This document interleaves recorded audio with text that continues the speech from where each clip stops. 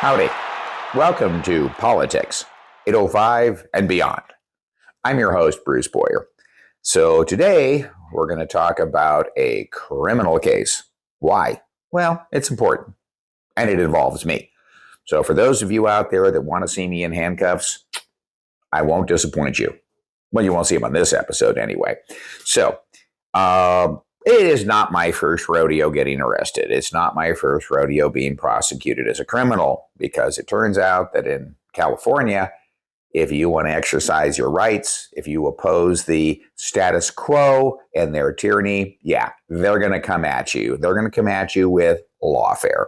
This is not something they just decided to throw at President Trump. This has been an ongoing practice. Been through this too many times in the last 20 plus years. So, one of the latest ones, and there are two current active ones. We're going to move from 805 out to our neighbors in 661. Yes. So I have been a Second Amendment activist for quite a while. Yeah. Starting in 1989. I think that's a long time. Yeah, that was a long time ago. So I was made aware that the city of Palmdale was going to hold a gun buyback. Did they sell guns to people? I wasn't aware the city of Palmdale was selling guns to people. How are they buying them back? Well, when they start off with what they're doing is a lie, it tells you that what they're doing is what? A lie. They're not conducting a buyback. They're conducting a gun purchase. And they're working with who? The LA Sheriff's Department. Yes. One of the most corrupt law enforcement organizations that doesn't respect your rights in all of America. Okay, I'm sure there's ones out there that are worse, and I'd love to do videos about them, but I'm going to deal with who I have dealt with here, which is the LA Sheriff's Department. They do not support your liberties, our liberties. They do not support the Second Amendment. So they're going to partner with the tyrants in the city of Palmdale to do phony gun buybacks. So they set up to do a gun buyback. Yep, that was their plan. So September 20th, 2024, they were going to hold a gun buyback right there at the Palmdale City Hall. And if you wanted to give them a gun, they would give you a gift card. Well, a give for a give is not a gift. It's a transaction, isn't it? Right. Can I get a gift card for showing up? If I can't, well, I have to give them something. It's a transaction. Right. So the law is very clear. If you have a consideration, it's not a gift. Gifts are freely given, no consideration. So they're doing a gun purchase. Do they have a federal firearms license to be purchasing guns? No. Are they requiring identification and filling out the federal 4473 form in order to do the firearms transfer? No. Do they obey anything with the laws? No, they don't. So, since I already have a case, Boyer and Griggs, we are the plaintiffs versus the city of Santa Barbara over a gun buyback that we protested in 2021. And we're going to do a separate video on that, so stay tuned for that one, because we got oral arguments coming up June 2nd in the Court of Appeals here. So we'll be having that one. I wanted to inform the city of Palmdale that they too are breaking the law, and that I would like to come and collect gift cards, because if they're handing out gift cards, by all means, I'll go to Palmdale and I'll collect lots of gift cards. Absolutely. How many do you got? How many can I get? If all I have to do is show up to get a gift card, I'd like to show up. And if it's anonymous, I can take my hat off. I can change hats. I can just say, I don't even have to identify myself. I'd like all of the gift cards, right? Let's get gift cards. So I then informed the city of Palmdale that what they're doing is illegal in doing a firearms purchase. Yes. So I know how to send them nice letters and emails and point that out. And then I thought, I think I need to go to the city council meeting and let them know publicly that they're breaking the law, and I'm going to be gunning for them. Oh, I love that. I'm going to be gunning for them, yes. So I went on the website and I saw that the city council has weapons screening in order to come into a city council meeting. Well, this is the danger when you know more than most people. I know that weapons screening searches are a function of state law in California, and that is only permissible because it is limited to facilities where people are in custody, jails, and courthouses. Right.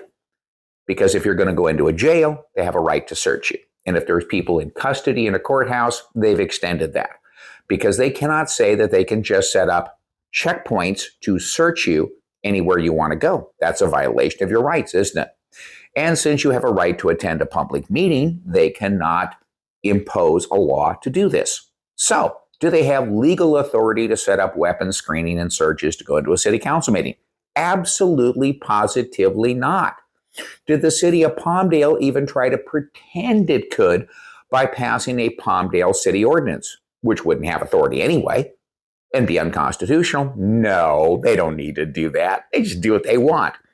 So I informed them that I would be coming to make public comment at their city council meeting on Wednesday evening, and that I was not going to submit myself to weapons screening and searches, nor would any of my associates who are coming as well. So they knew I'm coming. So when I showed up, they had their weapons screening set up. I brought myself a bag, because you got to have a bag, because I don't know about you, but when I carry my workout stuff, I like to carry it in a bag.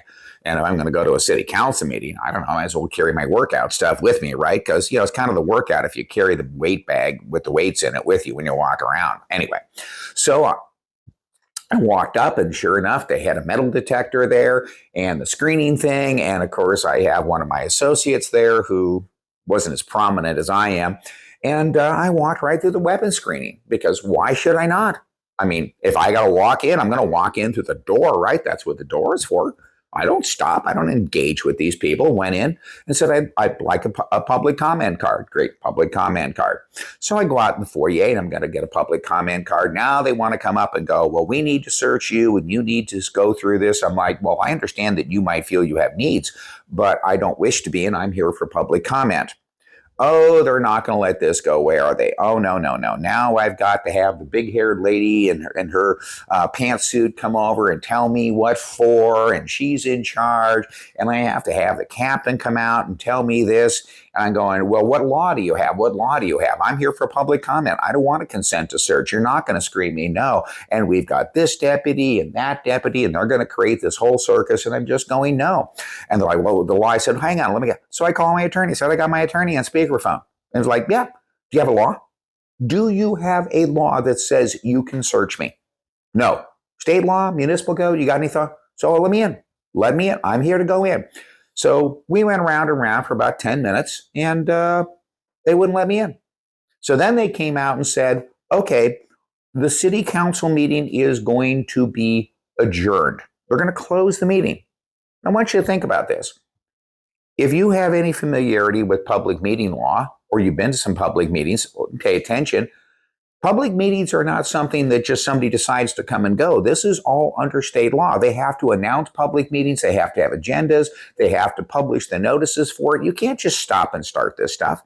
So they then decided they were going to close the public. They were going to adjourn the meeting, re-adjourn tomorrow, the next day at 3 o'clock.